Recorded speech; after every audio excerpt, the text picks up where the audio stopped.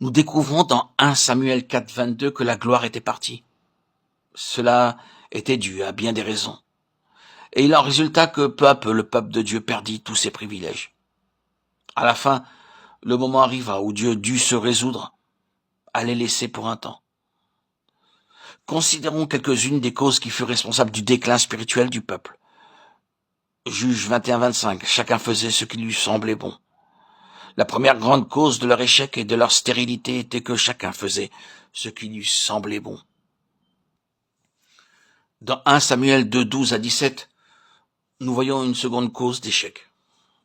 Les fils d'Élie, le grand prêtre, s'approprient des sacrifices. Et non seulement cela, ils utilisent la force. Il nous est dit au verset 13 qu'ils avaient avec eux une fourche à 3 dents pour prendre la chair qui était destinée à Dieu.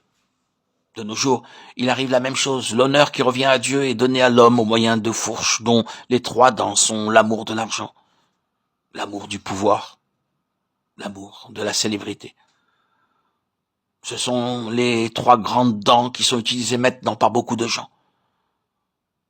Beaucoup de personnes servent Dieu, sans doute, mais nous découvrons au centre de leur cœur soit l'amour de l'argent, l'amour du pouvoir ou l'amour de la renommée.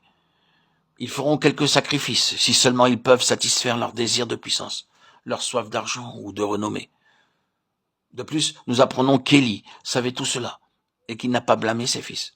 C'est pourquoi Dieu l'a puni si sévèrement. Nous lisons plus loin dans 1 Samuel 3, 13. Je lui ai déclaré que je veux punir sa maison à perpétuité à cause du crime dont il a connaissance et par lequel ses fils se sont rendus méprisables, sans qu'il les ait réprimés. Il le savait. Rien ne lui était caché. Sans doute, disait-il, ce n'est pas bien. Mais, comme les notes marginales le disent, il ne le désapprouvait pas fermement. Il ne les blâmait pas. En tant que grand prêtre, c'était son devoir. Lorsqu'il découvrait que la corruption pénétrait dans la maison de Dieu, il aurait dû réprimer ses fils vigoureusement. Mais il ne le désapprouva pas expressément, pas plus qu'il ne les réprimanda.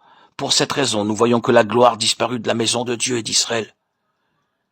Puis, nous voyons dans 1 Samuel 4, 1 à 6, que bien qu'Élie sut que ses fils vivaient dans le péché, il leur permit de porter l'arche sur le champ de bataille. Ce sont quelques-unes des causes responsables de la stérilité et de la mort qui régnaient dans le peuple de Dieu à cette époque. En premier lieu, nous voyons que chaque homme pensait que ce qu'il faisait était bien.